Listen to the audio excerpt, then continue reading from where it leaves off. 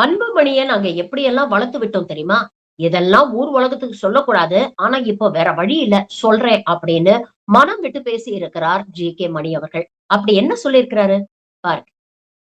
இது நடந்தது சொல்லணும். சொல்லாம இருந்தா ஊர் உலகத்துக்கு தெரியாது. இது வரைக்கும் நான் வாய் திறந்து சொல்லல. சொல்லக்கூடாது சொல்றது நாகரிகமா இருந்தாருன்னு அமைதி காத்தேன்.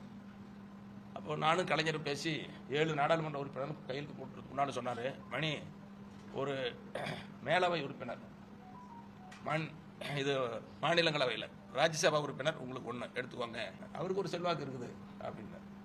நீங்கள் எங்கள் மருத்துவரையாவுக்கு எனக்கு என்ன நல்ல மனசு இருந்தால் இதை செய்வீங்கன்னு பாருங்கள். பாட்டாளி மக்கள் கட்சி இளைஞர் சங்கத்துக்கு அவர் தலைவராக இருந்தார். இளைஞர் சங்கம், இளம்பெண்கள் சங்கம், மகளிர் சங்கம், பல அமைப்புகள் இருக்குது.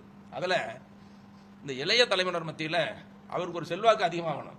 மருத்துவர் அன்புமணி மிகப்பெரிய ஒரு சக்தியை வளரணும்னு சொல்லி நானும் மருத்துவரையாவும் பேசுகிறேன். மருத்துவரையா பேசி மணி நல்ல திட்டமாக கொண்டு வரும்னு சொல்லி அன்புமணி தம்பிகள் படை, அன்புமணி தங்கைகள் படை அப்படின்னு ஒரு அமைப்பை உருவாக்கி, அந்த அமைப்பு கிராம அளவில், மாவட்டம், ஒன்றிய, நகரம், பேரூர், கிராம அளவில் கொண்டு போய் அன்புமணிக்கு செல்வாக்கு வழங்கணும் அப்படிலாம் சொல்லி ஐயாவும் நானும் சேர்ந்து பண்ணோம்.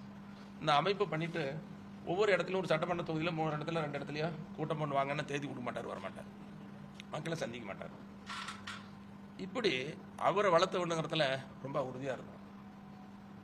அதோட அவர் முதலமைச்சர் வேட்பாளராக அறிவிக்கணும்னு சொல்லி பாட்டாளி மக்கள் கட்சி தனித்து போட்டி, அவர் தான் முதலமைச்சர் வேட்பாளர். அந்த முதலமைச்சர் வேட்பாளருக்கு அறிவிச்ச அன்னைக்கு நடத்தின மாநாடு, ஒரு எல்லா இடத்துலையும் ஒவ்வொரு மாவட்டங்களுக்கும் கொண்டு போய் நான் அறிமுகப்படுத்துறது, எல்லா இடத்துலையும் மாவட்டந்தோறும் மாநாடு, மண்டல மாநாடு, இப்படி எல்லாம் அவர் கொண்டு போகணும்.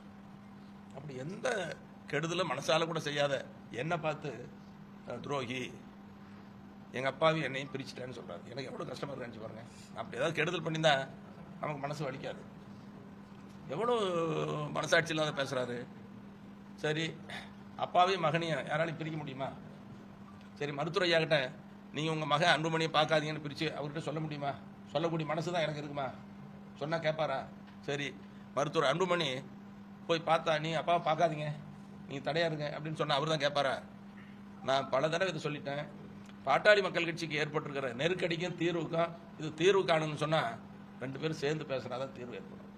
இல்லைன்னா ஒரு தவிர்க்க முடியாத சக்தியாக பலமான கட்சியாக இருக்கிற பாட்டாளி மக்கள் கட்சி இப்படி பிளவுபட்டா எப்படி பலமான கட்சியாக இருக்க முடியும்?